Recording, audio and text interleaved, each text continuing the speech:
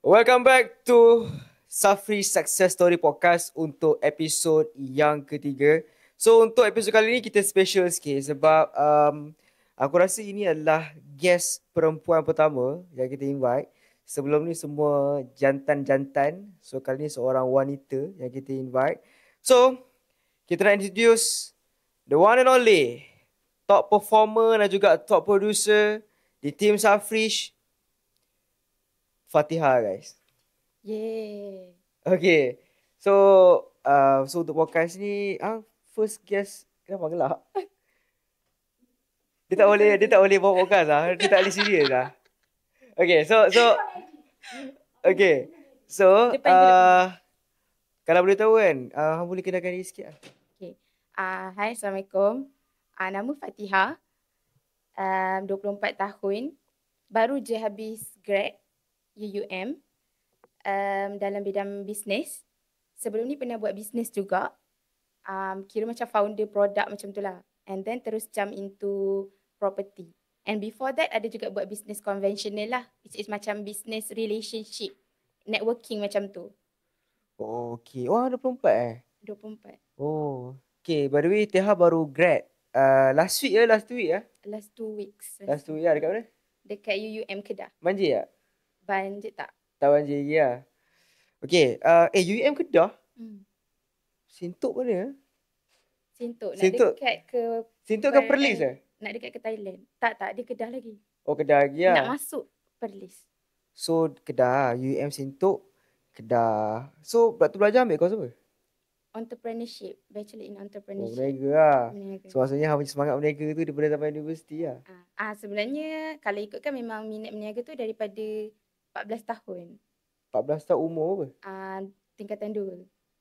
Yelah, aku tahulah. Maksud 14 tahun lepas aku umur 14 tahun. Umur 14 tahun. Oh, okay. So, waktu form 2 lah. So, apa? Macam mana? Okay. Apa benda yang berniaga mula-mula?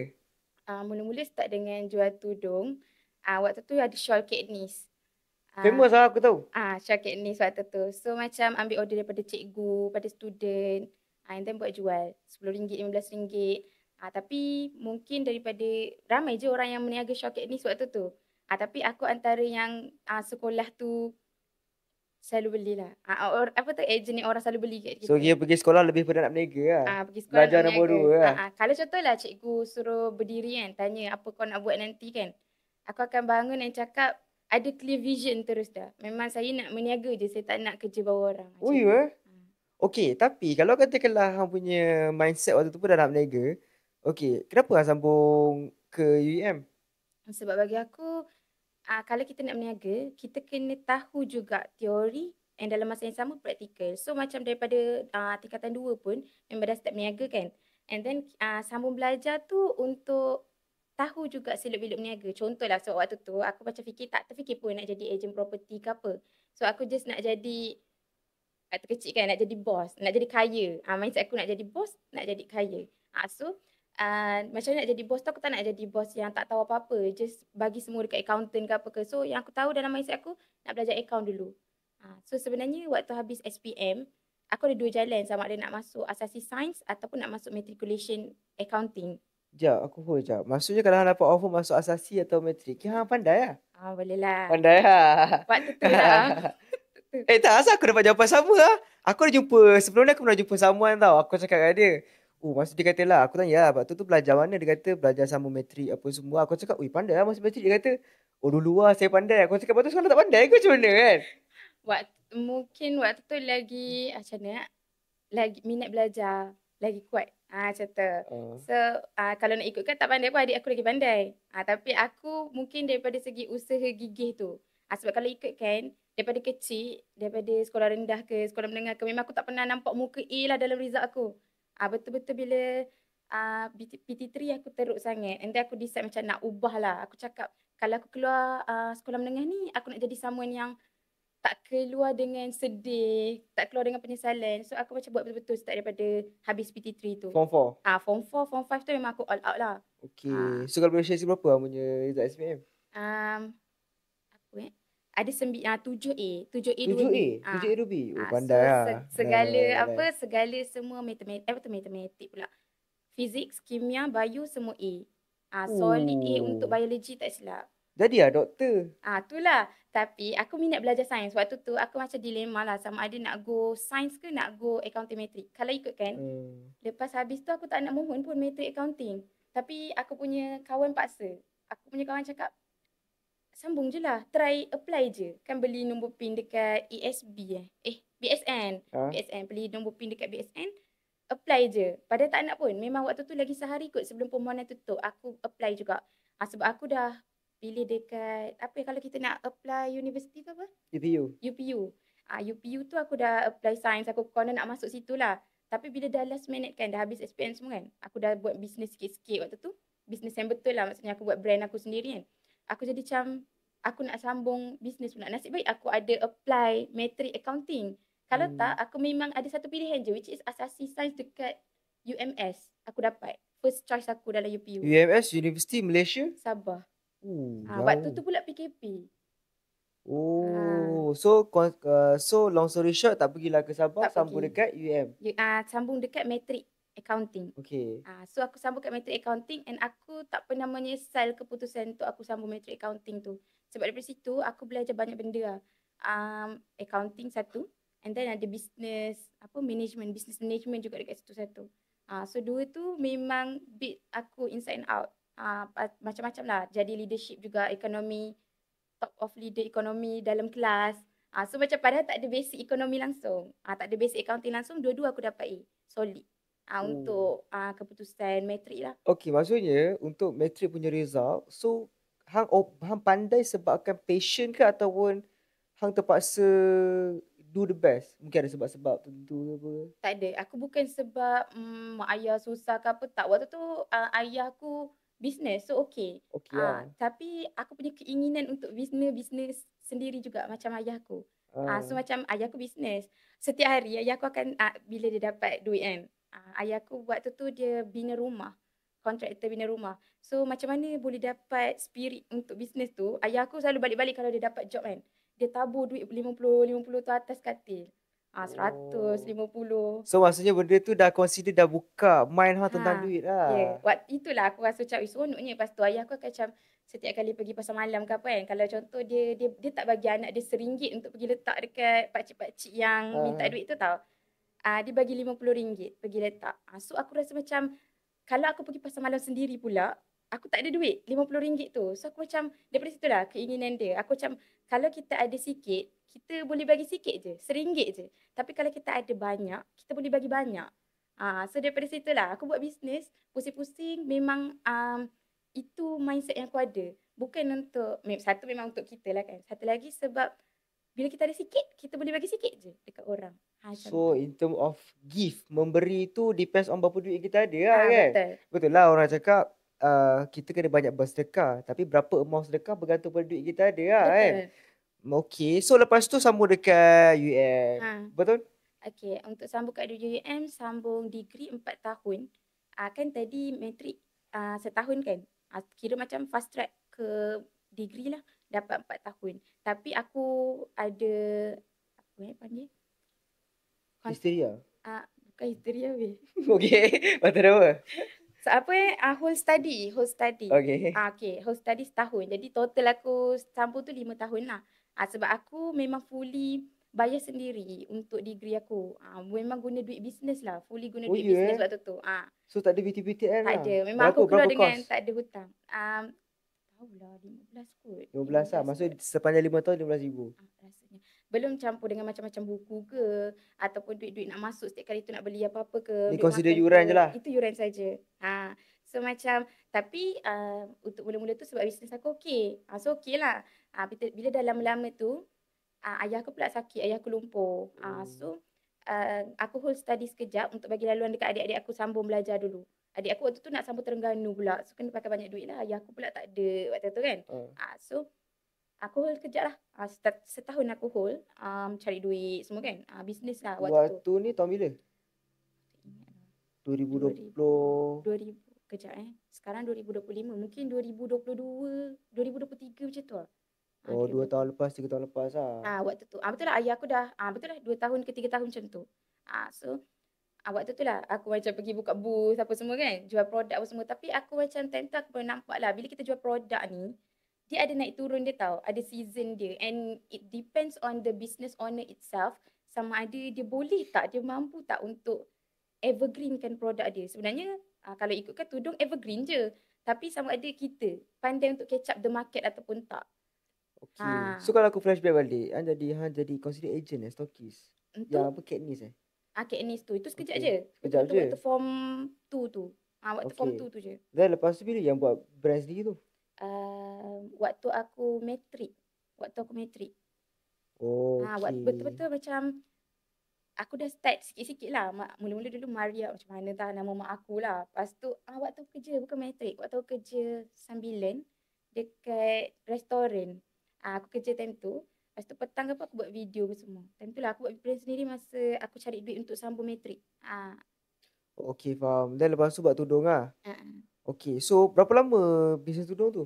Yang brand sendiri Lama tu? juga weh. 5 tahun kot. 4 ke 5 tahun.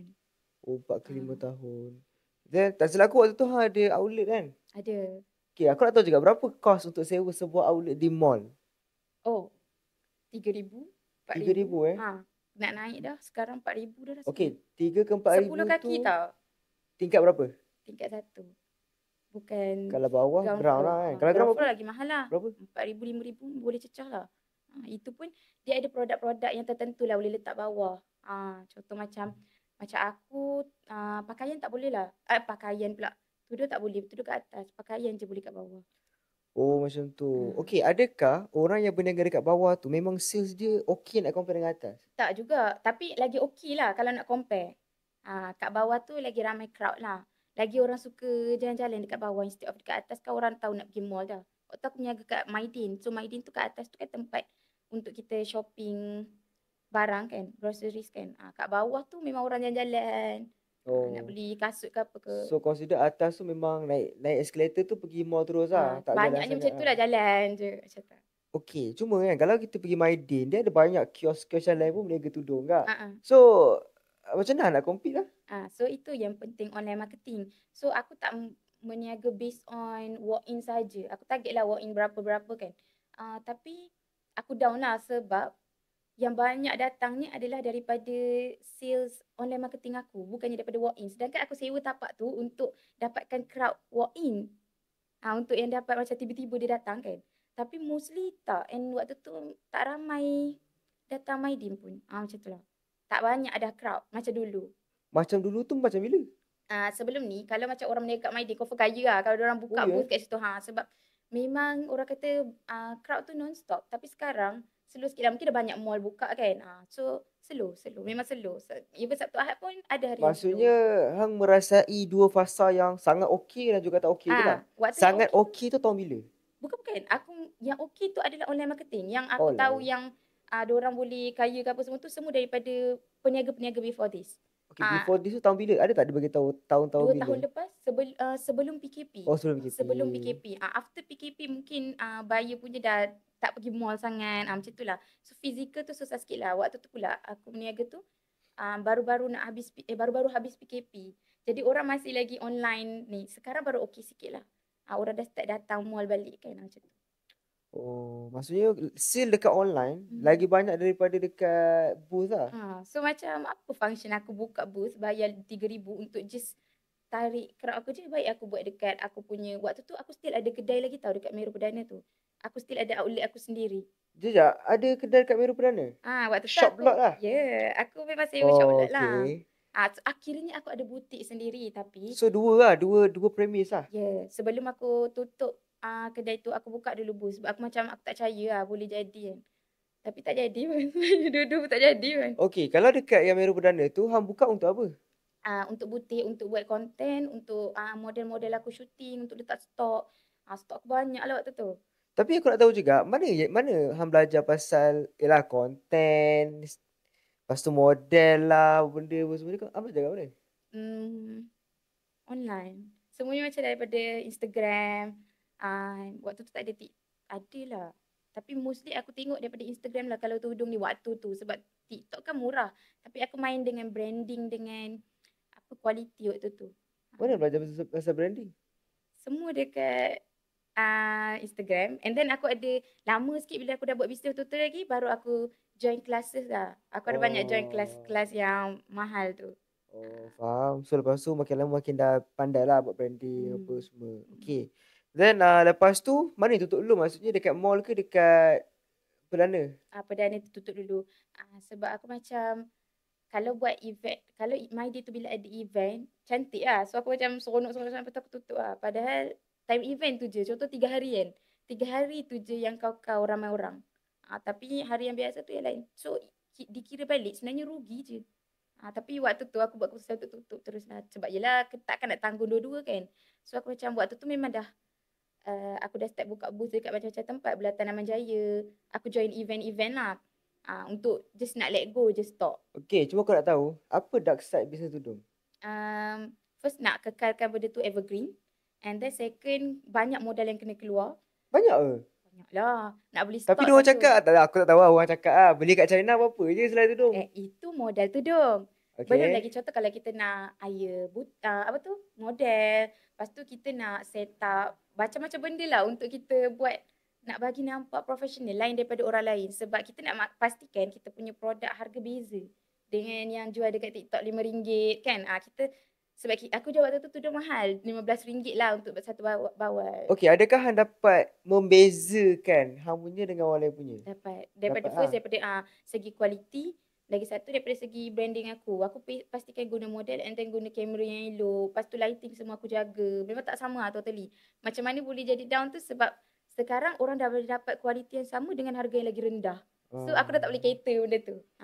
Ya, sebab bila ramai usahawan yang dia mengalami transition tu yang sebelum COVID dengan selepas COVID. Yeah. Sangat-sangat ramai sebab behavior orang tu dah berubah. Betul. Dulu memang pergi kedai lah nak beli tudung ke apa semua. Tapi sekarang semua dah online, TikTok shop apa semua kan. Kalau ikutkan bisnes aku yang bisnes tudung ni naik waktu PKP lah. Memang totally naik waktu PKP sebab aku buat sistem agent dengan dropship. Jadi waktu tu orang tak ada kerja. So aku tarik agent dengan dropship daripada kalangan bayi-bayi aku waktu tu. 18 sampai ke 23, 25 macam tu je. Tapi diorang boleh buat 4,000 sebulan. Macam tu. Oh ya? Seorang agent. Okay, jap. Tapi waktu PKP kita duduk rumah mana bagi tudung. Tapi orang beli tudung. Aku tak, aku tak Tapi tahu orang kenapa. memang beli banyak gila. Orang tak keluar. Kenapa nak beli? Tak tahulah. Tapi sebab mungkin sebab Kau fikir? aku tak tahu buat yang tu. Tapi agent dengan dropship memang ramai yang nak sebab peluang pekerjaan tak ada waktu tu kan. So orang buat, orang beli and then orang jual. And then pakai tudung material cantik. Aku keep on kumpul feedback lah. Kumpul feedback. Ni lepas dia pergi kelas lah? Feedback apa semua. Yang tu memang ada daripada sebelum. Sebab aku nak pastikan aku kumpulkan feedback aku. Aku kan waktu tu seorang-seorang, meniaga seorang-seorang. Jadi aku kena ada orang lain yang bercakap tentang bisnes aku instead of aku sendiri yang cakap tudung aku cantik. So aku pastikan aku kumpul feedback one by one dekat dalam Telegram.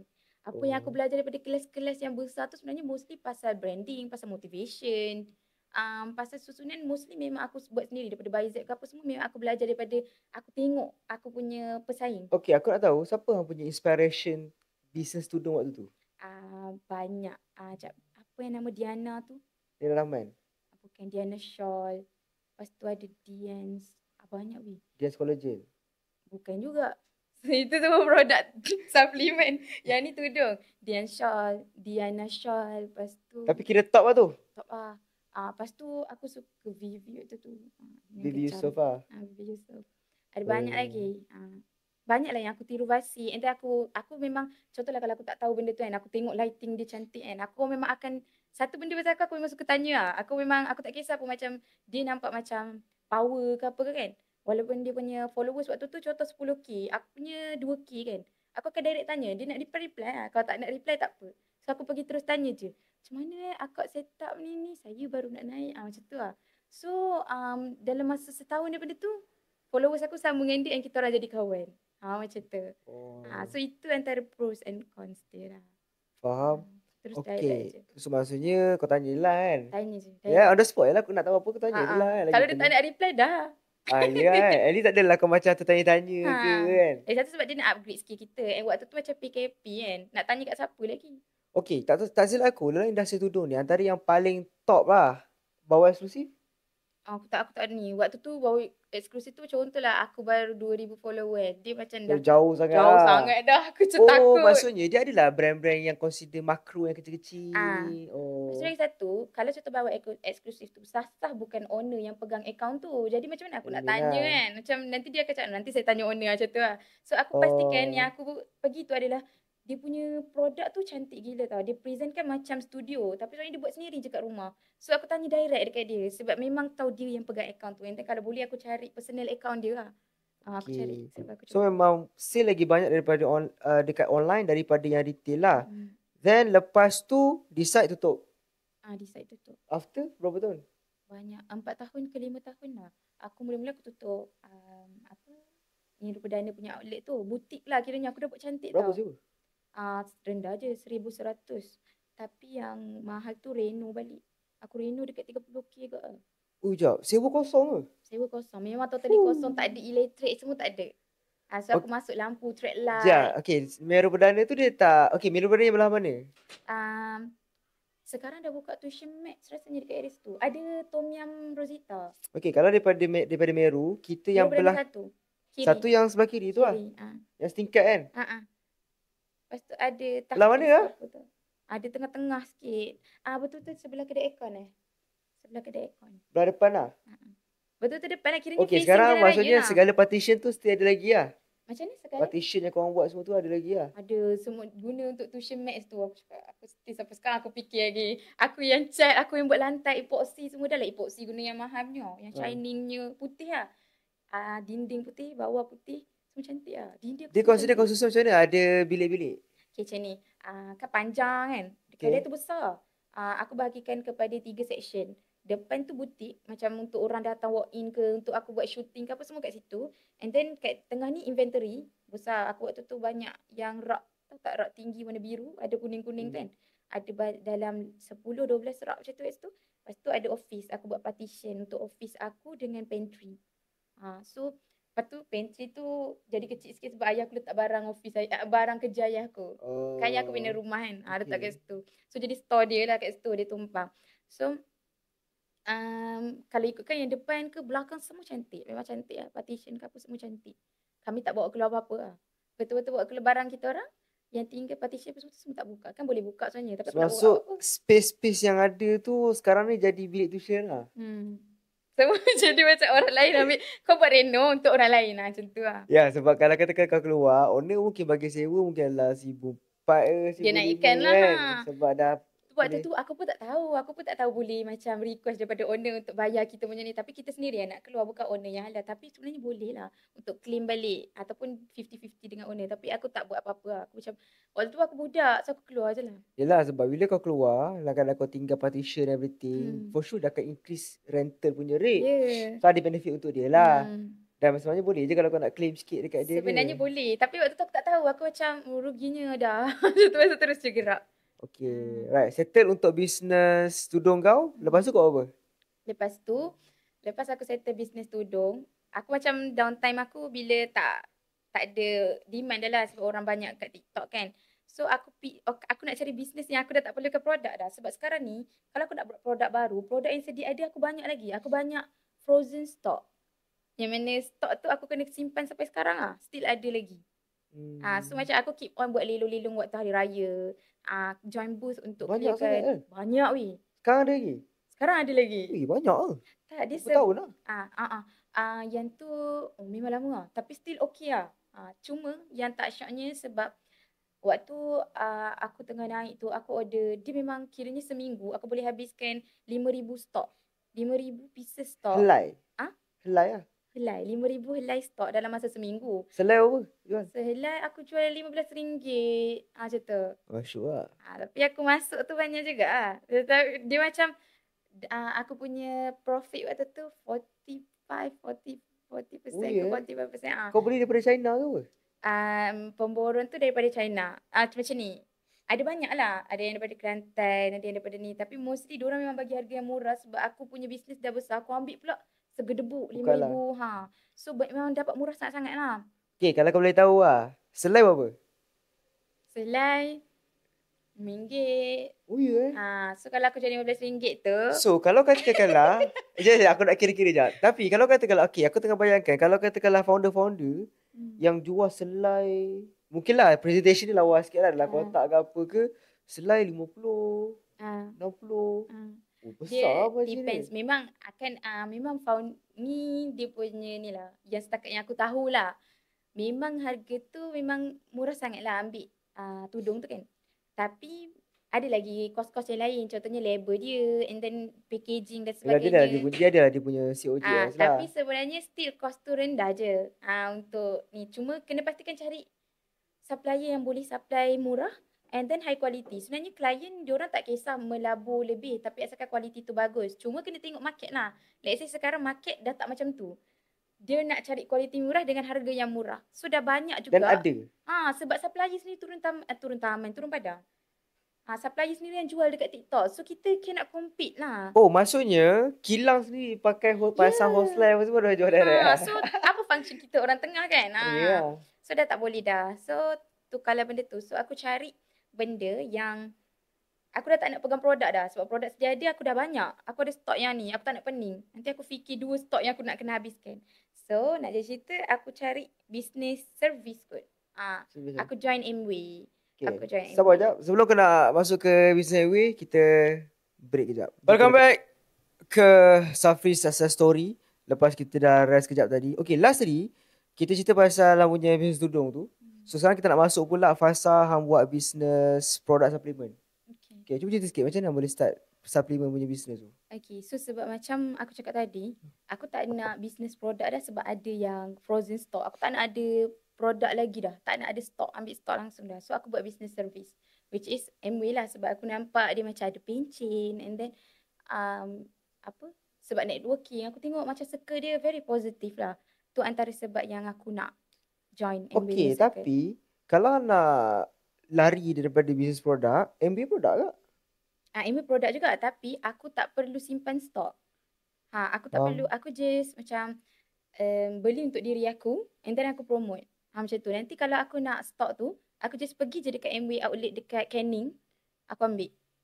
Maksudnya aku tak perlu ada inventory sendiri tapi ada shop yang outlet yang Amway sediakan untuk kita ambil produk kat situ. Okay, maksudnya Han just focus on marketing punya part lah. je. Marketing punya part, grow team, bla bla bla. So networking punya business lah.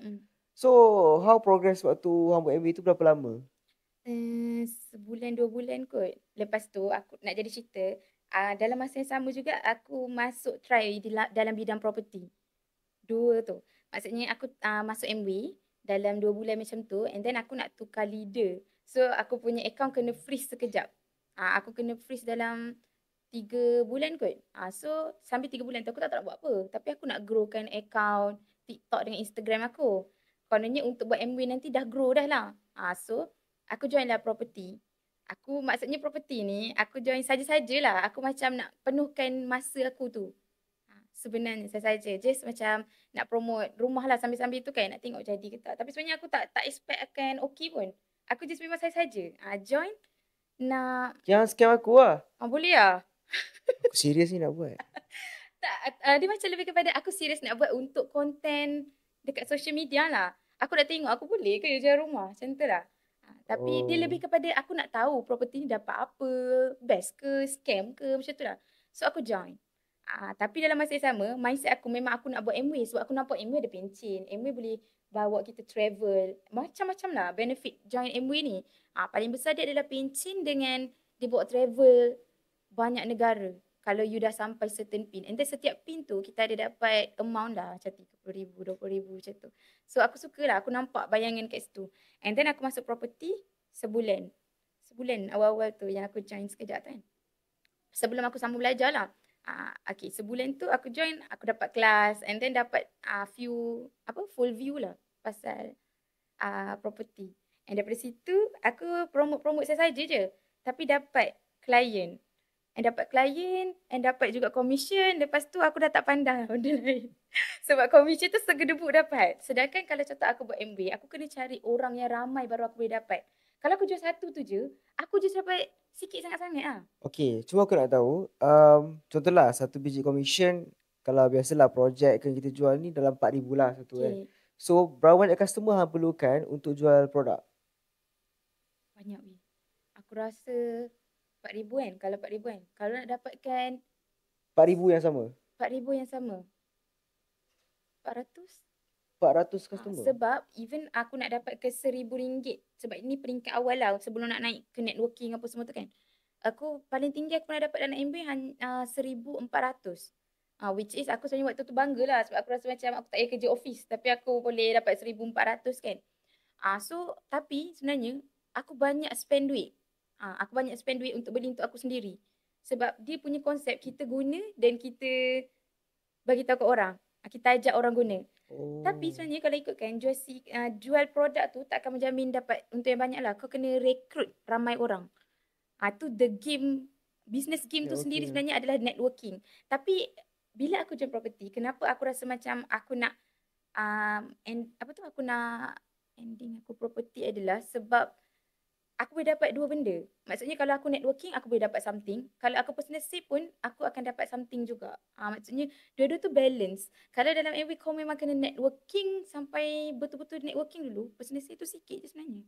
Dapat sikit sangat-sangat. Okay, kalau aku nak tahu juga kan, untuk kau dapat contohlah 10,000 income, berapa jauh kau punya jarak daripada hari pertama kau join? Jauh. Mungkin yang aku dapat lah timeline sebelum kita nak buat bisnes, kita akan buat timeline. So 2 tahun kot aku target 2 tahun ke 3 tahun untuk you dapat at least 10,000. At least 10,000 tu kena ada 2 tahun and kena ada 50, ada dia punya amount lah team dekat bawah kita supaya kita boleh touch that amount. Sebab kalau nak depends on personal sales saja boleh, tapi maksimum pun 4,000, 10,000 tu boleh weh. Tapi kena viral dekat TikTok lah untuk kita selling. Kalau sorang-sorang tak ada team. Tapi tak boleh jual dekat TikTok kan? Tak boleh jual. Itulah satu problem dia juga. Tak boleh jual kat TikTok. So kena tarik ke WhatsApp and then Closing close lah. lah. Tapi tak boleh masuk dalam TikTok. Lepas tu ada pula yang macam product fee. And then banyak lah kita kena tahu. Lepas tu aku pula tak reti pasal supplement sangat. Kita tak reti pasal health sangat. So benda tu macam ramai lagi contohlah macam nurse-nurse ke apa ke kan yang buat bisnes MW yang jadi sebab dia orang ada credibility tu. Dia Aku nurse tak, lah. dia nurse dia tahu lagi banyak produk. Kalau aku yang cakap, orang akan cakap kau tahu apa je. Vitamin C tu apa je kan. Macam tu lah, itu antara dia punya cons yang aku banyak kena ni. Tapi aku jumpa property ni, aku boleh penat tu lagi kurang. And then aku dapat amount yang lagi banyak yang aku tak pernah expect aku akan dapat. Sebab aku buat, sebenarnya untuk MW tu, aku buat lagi apa orang kata lagi struggle lah daripada buat property ni. Struggle gila untuk cari orang, kena chat setiap orang, banyak-banyak lah. Aku kena setiap hari tu kena cari 20 orang untuk kita networking kan. Sama ada dia nak jadi team kita ataupun kita nak jual something dekat dia. And then benda tu kena keep on going. Setiap masa, setiap hari kena keep on going dengan orang yang sama and tambah lagi. So itulah banyak lah untuk networking. Aku suka je benda tu, ilmu baru. Tapi dalam masa yang sama, susah untuk kita maintainkan that relationship. And rasa macam lama-lama kita macam datang ke orang untuk duit orang tu. Macam tu lah. So aku tak suka konsep tu. Lama-lama kawan-kawan pun jadi macam tak nak dekat dengan kau lah sebab kau ahli MW. Macam tu. Tapi konsep dia adalah, model dia adalah kau beli, guna dan kau refer. Betul. Kan? Betul. Beli, guna and then ajak orang lain So sekeliling kita. income kau akan jadi pasif kalau katakanlah kau ada group yang memang besar gila. Betul. Sebab orang tu keep on consume pakai. Betul lah kan? Tapi bagi aku susah sikit waktu tu sebab dia punya kita nak grow pun susah sebab personal sale kita sangat rendah untuk entry level. Okay. Selagi kita tak recruit team. Kalau boleh tahu, untuk kau naik ke leaders dia pangkat leaders So apa requirement dia? Kena ada 3, mula-mula kena ada, bukanlah leader, dia ada banyak. Ada banyak pangkat-pangkat dia tau. So consider yang first step untuk promoted. Okay. Kena ada 3, kena ada 5 orang team bawah. And then kau kena ada personal sale at least 250 PV macam tu lah. Requirement dia. So yang tu sikit je lah 250 PV tu. Nak ada team tu yang berat sikit. Sebab waktu tu bukan PKP dah lah kan. Nak cari team tu susah. Tapi kita kena cari selaju yang mungkin. So macam property dia boleh jadi dua benda yang sama. Dalam masa kita buat personal sale kita dapat something yang big. And then dalam masa yang sama kita boleh fokus untuk cari tim juga. Recruitment. And kita tak tersekat lah. Kalau kata yang ni dia personal dia rendah sangat.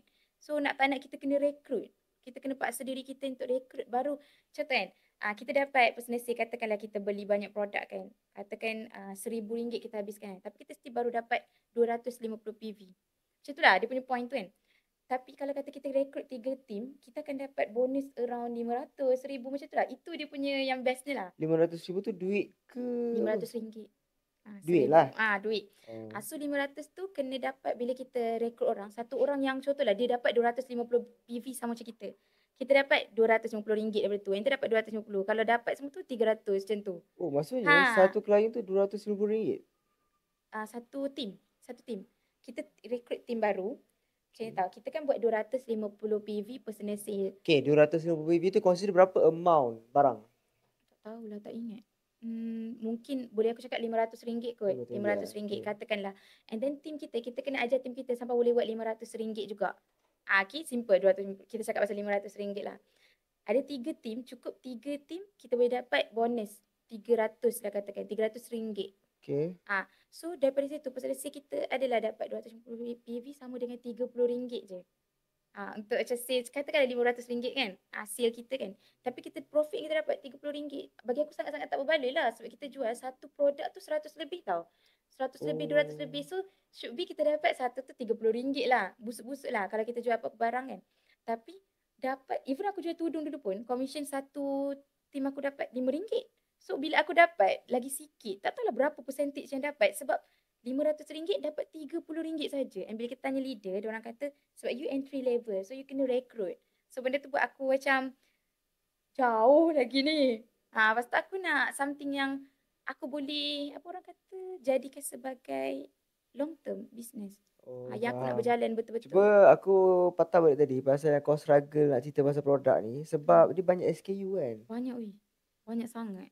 Ada 80 line produk. 80 line produk tu banyak lagi. Tapi dia mesti ada core produk dia yang top kan? Siapa paling top? Supplement. Buat gigi kan? Boleh lah. Buat gigi untuk macam-macam FB dia orang memang laju jual ubat gigi. Tapi kalau yang MW ni, on average dia orang punya agent umur apa? Macam mana? On average agent dia orang umur apa?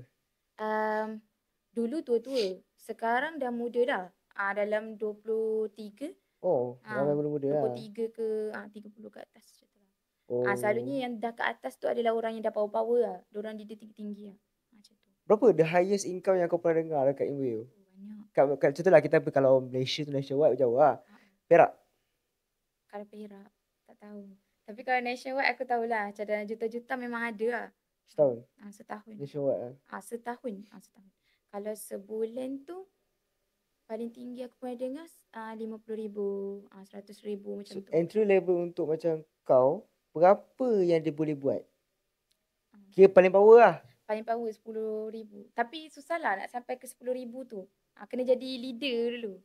RM10,000 maksudnya dia bukanlah numbers yang achievable. Okay, dia macam ni, dia ada silver producer, ada gold producer, ada producer lagi, banyak-banyak producer lah. Kalau contohlah kau sampai dekat silver producer tu, mungkin gaji kau average dalam RM3,000 ke RM5,000.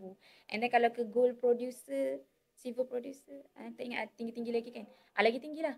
Tapi normally lah, kalau kata yang baru-baru masuk ni memang susah. Nak dapat RM1,000 tu pun dah bersyukur sangat dah. Macam tu. Biasanya diorang akan target student lah untuk dapatkan RM1,000 ni. Tapi student kalau dapat RM1,000 okey lah. Memang tinggi lah. Tapi what if kalau student tu, yang student yang sama boleh buat income dalam property, it's a big amount. Struggle yang sama, effort yang sama. Boleh dapat lagi banyak. Benda tu aku try untuk sampaikan dekat semua orang.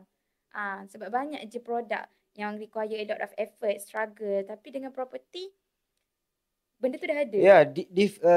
Same different, apa nak cakap dia different, same effort, different value. Okay. Betul-betul. Kan? Setuju. Yalah, sebab berniaga pun susah, tak ada sebab pun.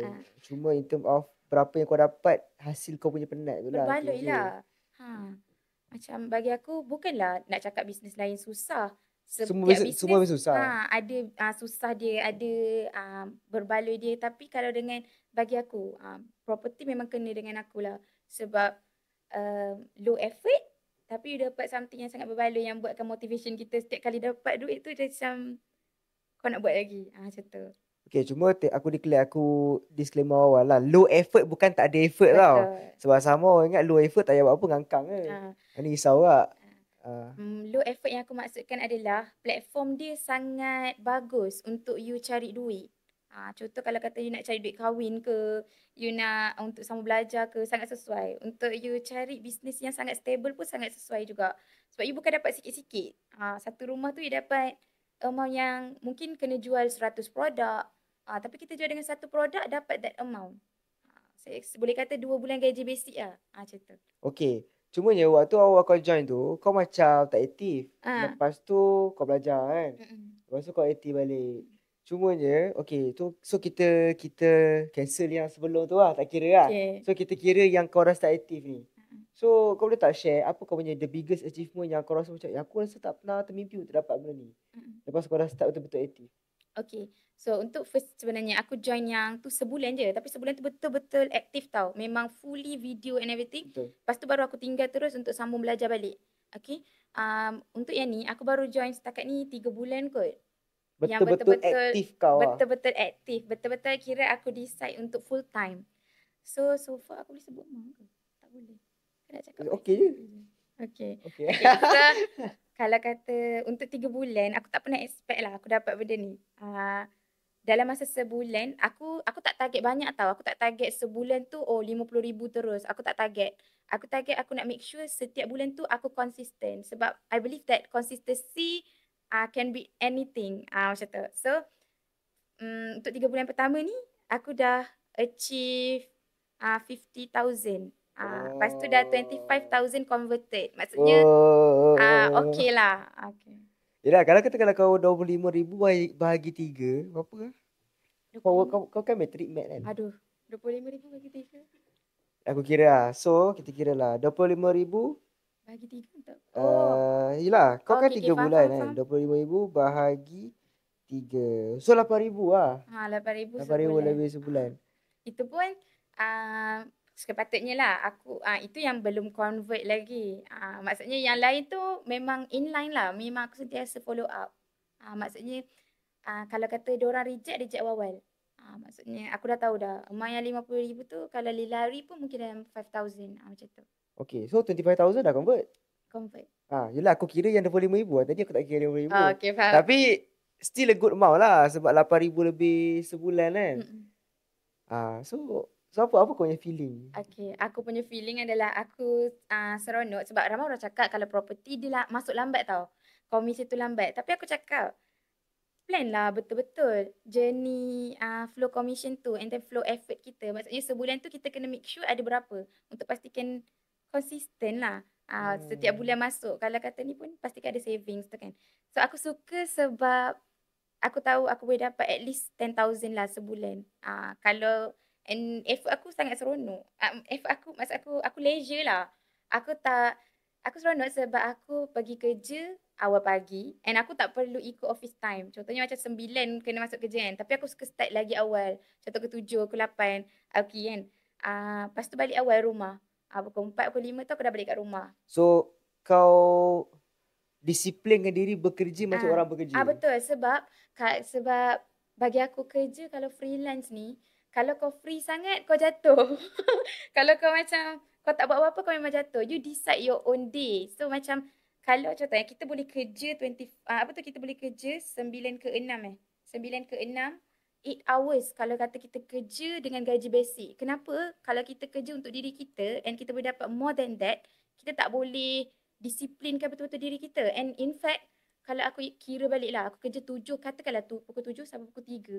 Tak selama yang kita kerja kat office pun. So commit commit betul-betul. Contoh 3 jam kerja kan. Sebab dia orang cakap freelance memang free. Kena free lah kan. Free tak dapat apa lah. Sebab tu kadang-kadang dia ingat memang freelance tu memang free betul-betul. Cuma walaupun freelance dia kena lagi extra effort lah. Contoh kena malam, sometimes orang ingat kita tak bekerja. Tapi ada kerja yang kita buat. Sebab kerja tu dah macam kita punya lifestyle lah. Betul. So, yelah, marketing ke, content ke, everything, kita dah macam kita punya lifestyle. So, kita tak rasa macam kita bekerja because of passion dan juga kita tahu apa yang kita buat lah. Betul. Lagi satu bagi aku sebab fleksibel lah. Dia best tau sebab fleksibel. Lepas tu duit keep on masuk. And then video, bila kita buat video Okay, dekat... kita cerita. Apa? Bila kita buat video kat TikTok, contohlah kan, kita buat video setiap hari katakanlah ada satu video. Video tu keep on pusing untuk kita tahu. And kadang-kadang video tu kita dah lama dah, katakan kita buat 3 bulan lepas kan. Tiba-tiba masuk sale hari ni. Maksudnya benda tu, dia tak susah. Dia tak perlu kau buat 10 video dalam satu hari untuk kau dapat amount gaji basic. Tak. Memang video tu berpusing, effort kita buat video setiap hari satu lah katakan. Busuk-busuk pun setiap hari satu at least kena ada. So benda tu akan berpusing je. Walaupun kita hari esok kita buat video katakan dekat tempat lain pula kan. Tempat yang sama akan ada orang tanya lagi. Macam tu. Ya, faham. Maksudnya yelah sebab kau dah post video-video tu, video tu bekerja untuk kita sebenarnya. Dia leverage lah in term of digital punya benda kan. So, kita dah settle dah. Maksud kau dah cerita pasal jenis kau dalam property apa semua. So, apa benda baru kau belajar dalam bidang property ni? Banyak. First of all adalah apa ni? Bisik-bisik kau cakap je lah. Contoh Bisik mana aku tahu. Bagi contoh satu lah. Contoh lah in term of mungkin skill ke apa benda ke, cara kau negotiate ke apa benda kau tahu lah. Okay. Dulu waktu first aku buat yang sebulan tu kan, aku bawa banyak sangat klien pergi bilik idaman. Aku rasa lebih daripada 10 klien pergi bilik idaman. Tapi aku close satu je. Mungkin daripada segi negotiate memang aku tak ada tiansung lah. Macam just okay jom. Aku check klien kan dah. Check semua klien kan sebelum pergi tu. Tapi mungkin kita tak bagi tahu diorang satu mindset dululah. Contoh macam nanti prepare terus duit booking untuk booking. So pergi kat sana on site boleh close terus. Exactly. So yang tu skill yang aku belajar lah. Banyak aku belajar sebenarnya daripada Darwish, Somad, Hang sendiri, Puan Faiza. Benda-benda ni memang aku sentiasa catat. Benda yang korang cakap yang contohlah macam sekecil-kecil benda. Tapi benda tu aku rasa macam sangat-sangat impactful untuk aku. Contoh? Apalah suka tanya contoh. Bagi dah contoh satu. Manalah aku tahu. Yang tulis hang bukan aku. Jap. Boleh Tak tengok aku balik lah, kan? Boleh tengok balik. Tengok. Okay. Banyak benda. Contoh kalau macam, kalau Darwish lah katakan. Dia suka suruh kita preparekan mindset klien sebelum kita nak pergi kat site tu. So, contoh kena bagi tahu siap-siap. Okay, booking berapa? Bagi tahu siap-siap, jangan tutup-tutup. Jangan hidden apa-apa. Takut nanti ada orang dia takut nak kita takut tak pergi viewing. Bagi aku, better tak pergi. Better tak pergi. Kalau kita pergi tapi kita tak close, buat apa kan? So, contohlah, first payslip. Aku tak akan ambil klien yang diorang tak send payslip. Kecuali macam aku yakin, dia kerja kerajaan, and then dia okay, baru aku pergi lah. Tapi kalau kata dia tak send payslip, tapi aku tak tahu dia kerja, kata kalau commission earner kan, dia tak nak send dia punya bank statement ke apa ke kan, aku tak akan bawa. Aku memang akan pastikan dia send payslip, and then dia tahu flow apa semua tu, baru aku bawa pergi ni. Mostly, that's why daripada contohlah kalau dulu 10, yang close 1, and then banyak lah. Aku rasa lebih daripada 10 lah untuk yang close kat bilik idaman tu. Okay, satu benda yang aku personally nampak lah apa yang improve in term of conversion rate tu makin tinggi. Contohlah aku check je hang punya case apa semua kan. Contohlah mungkin ada 10 booking, 8 convert, 7 convert. So, dia ratio yang bagi aku sangat-sangat tinggi lah. Sebab hang dah tahu tak cara nak filter awal. So, datang tu kira memang jadi lah. Jadi dan memang lu boleh lepas lah. Sebab ada je klien-klien yang diorang tak lepas sebenarnya. Tapi aku akan make sure macam ni antara yang hang bagi tahulah. Walaupun diorang tak lepas, kena bagi satu nasihat, suggestion, apa yang diorang boleh improve. Contoh macam kena jaga bank statement ke, kena tingkatkan income ke apa ke semua tu. Semua aku bagi tahu. And then ada je klien yang lepas 3 bulan daripada tu, baru close bulan ni kan. Dia datang balik and dia dah cukup 6 bulan 6 bulan payslip. Maksudnya dia ikut punya suggestion lah. Padahal tak ada suggestion pun, just nak tambah lagi 3 bulan payslip je sebab dia baru kerja macam tu lah. So then baru dia datang balik lah. Keep on. Lagi satu aku main dengan status WhatsApp. Aku main dengan status WhatsApp tu make sure yang antara banyak-banyak agent yang mungkin diorang contact kat WhatsApp, aku antara yang aktif. Betul. Aku yang paling aktif and aku yang paling nampak macam aku membantu orang. So that's why aku keep on aktif dekat status WhatsApp. Okay, yang ni aku agree sebab dia memang everyday dia akan post something dekat status WhatsApp. Lepas tu, satu benda yang aku perasan juga, status WhatsApp ni menarik tau. Dia bukanlah status WhatsApp yang kosong tau. Dia Beli jual je dia kan. ada benda yang korang cerita macam Hang Aziz pergi coffee lah, ada benda yang korang cerita apa semua kan. Dia variety lah. Lepas tu pula aku nampak status WhatsApp tu memang mainkan peranan penting sebab itu consider marketing yang tanpa kau perlu personal dia, PM. Maksudnya kau minta orang tu save kau punya nombor lah. Okey, macam ni. Yang ni sebenarnya strategi daripada jual tudung dulu. Bagi aku, kalau diorang nak tengok tudung yang cantik-cantik, banyak je dekat Instagram, TikTok. Tapi once aku dapat contact number diorang tak banyak tahu status yang cantik-cantik, yang tunjuk barang yang cantik ke. Contoh macam jenis-jenis jual rumah yang cantik ke, apa semua tu kan. Tak banyak. Oh, maksud Dekat status WhatsApp WhatsApp. tak menarik lah. Selalu orang buat status WhatsApp. Assalamualaikum, Assalamualaikum. sahabat. Saya jual karipap ni PM kalau nak. Okey. Tapi aku gunakan status WhatsApp ni bagi dia cantik macam mana Instagram cantik. Biasa status WhatsApp ni orang curhat je kan. Ya, betul. So aku kalau macam Instagram dah banyak kan story IG yang cantik, estetik semua kan. Aku bawa benda tu ke WhatsApp. And make sure ada education sikit lah. Kalau ada hari aku rajin nak typing panjang, aku typing panjang. Tapi bukanlah macam, dia pastikan education untuk diorang. Macam tu, education ke ataupun sharing ke macam tu. And then aku make sure aku share progress. Sebab kalau kita tak share, orang ingat macam ni tau. Ada orang cakap kalau share nampak macam apa, overshare. Bukan overshare, macam saja nak menunjuk ke. Tak. Dia macam ibarat kita buka kedai online. Kalau kita tak post, kita tak open kedai lah waktu tu. Macam tu. So keep on share je jenis. Sebab kalau kita tak share, orang tak tahu. And kita buat business, kita memang kena tunjuk progress Kena kita. show up every day lah. Tapi tak payahlah tunjuk, tak payahlah oversharing. Just share yang penting lah. Booking, orang booking. Benda tu buat klien trusted dengan kita. Betul, tu aku agree lah. Dan kalau aku nak tahu juga, kalau aku boleh tahu juga, berapa orang yang seen Hang punya status WhatsApp everyday? Aku close sebenarnya. Oh iya ke? Tapi kalau yang sebab aku nampak ramai juga yang macam Hang screenshot, reply. Engage dengan aku kan. Banyak je. Setiap hari mesti akan ada orang reply status. Ada yang macam kain-kain lama yang macam diorang tak percaya aku yang aku scammer. Tiba-tiba chat aku. Cakap reply daripada status lah. Oh macam nak apply dengan chat. Ya maksudnya ramai lah. Kan? Sebab aku closekan dia punya tu. Tapi aku rasa memang banyak lah. Kontak aku tak banyak sangat. Tapi quality. Mungkin lah 500, 600 orang kan. Tapi yang quality lah. Run ads hari tu kan. Sebenarnya kalau ikutkan dalam total leads yang masuk 200. 200 tu kalau ikutkan adalah dalam 10 orang je yang reply, yang betul-betul engage dengan aku lah. Tapi sebab aku keep on follow up, guna follow up punya ni lah, template apa semua kan. And then diorang save pula nombor aku. Diorang tak beli lagi tapi diorang keep on engage daripada WhatsApp status.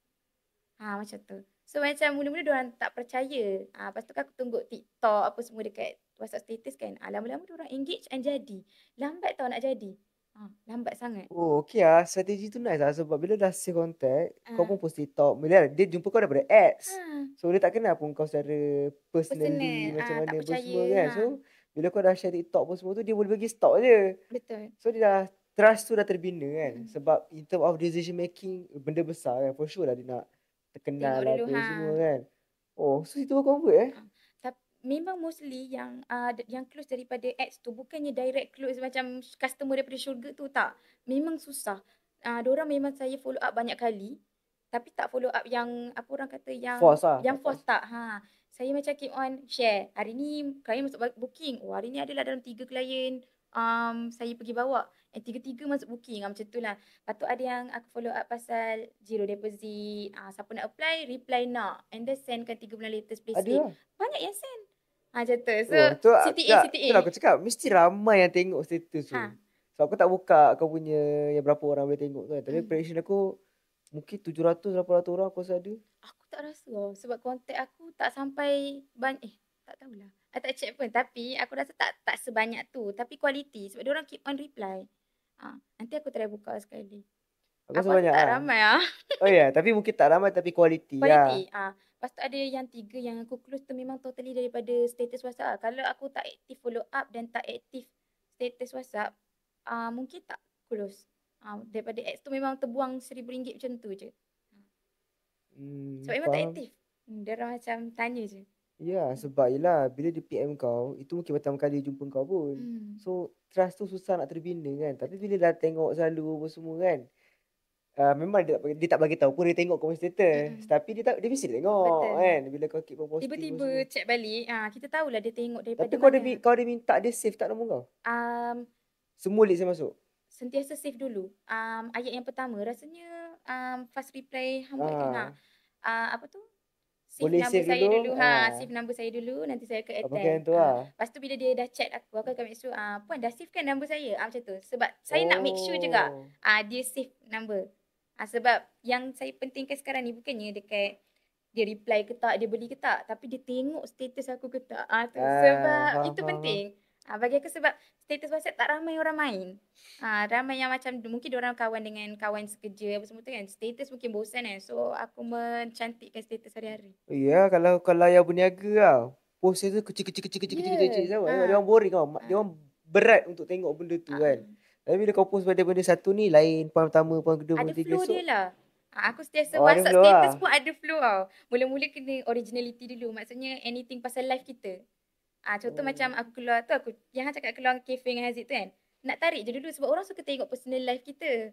So aku post yang tu dulu. Bila aku dah post yang tu baru aku cakap, lepak tadi sebab penat ke macam tu lah. So aku cakap lah, ada listing baru, tarik. Lepas tu baru cerita pasal sharing macam tu. Barulah orang nak dengar. Kau ada tak maksimum story tu berapa Tak banyak? ada. Kalau aku buat titik-titik pun orang tengok juga. Orang akan keep on Tapi reply betul juga. sebab dia interesting tau. Dia bukan Ha. benda yang boring lah. Tu kata ada flow. Sebab bukan macam tiba-tiba ni, tiba-tiba dah jual.